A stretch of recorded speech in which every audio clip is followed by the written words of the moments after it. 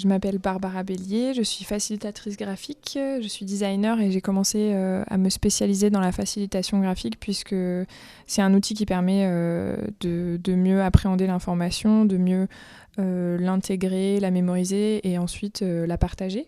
Donc je me servais de cet outil un peu sans m'en rendre compte au début et j'ai commencé à m'en servir pour pouvoir faciliter la compréhension de sujets un peu complexes. Donc ça se rapproche de la vulgarisation scientifique. Et je suis là aujourd'hui puisque l'écologie de l'attention, c'est vraiment quelque chose qui m'intéresse.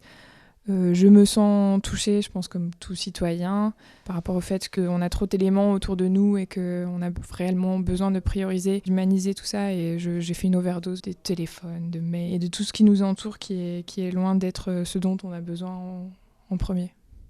Pour moi, c'est un lancement, ça fait vraiment du bien de voir que ça commence, qu'il y a une prise de conscience de ça, qu'on a vraiment besoin de se rapprocher les uns les autres en dehors de tous ces outils-là. Et d'ailleurs, j'ai fait mon mémoire de design sur les relations interpersonnelles en ville, et je parlais beaucoup des outils numériques.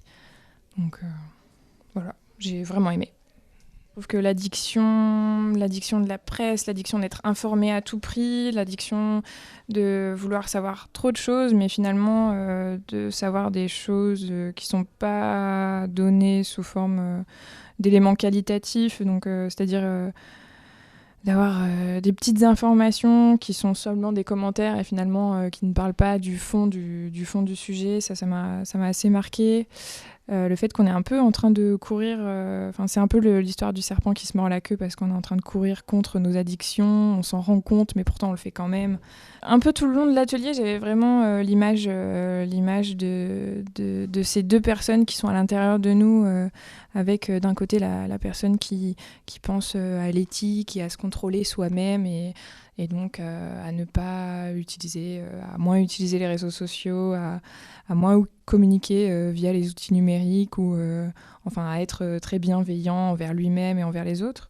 Et de l'autre côté, il y a quand même ce personnage qui est un peu le diable, la tentation, et qui fait que de toute façon, tous ces outils sont aussi là pour qu'on se fasse attraper par...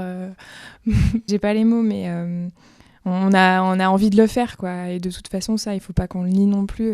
On n'est pas des machines et on a ces deux côtés-là. Après, à savoir comment est-ce qu'on arrive à les gérer et toujours être dans le contrôle aussi. Je pense que c'est pas humainement bienveillant.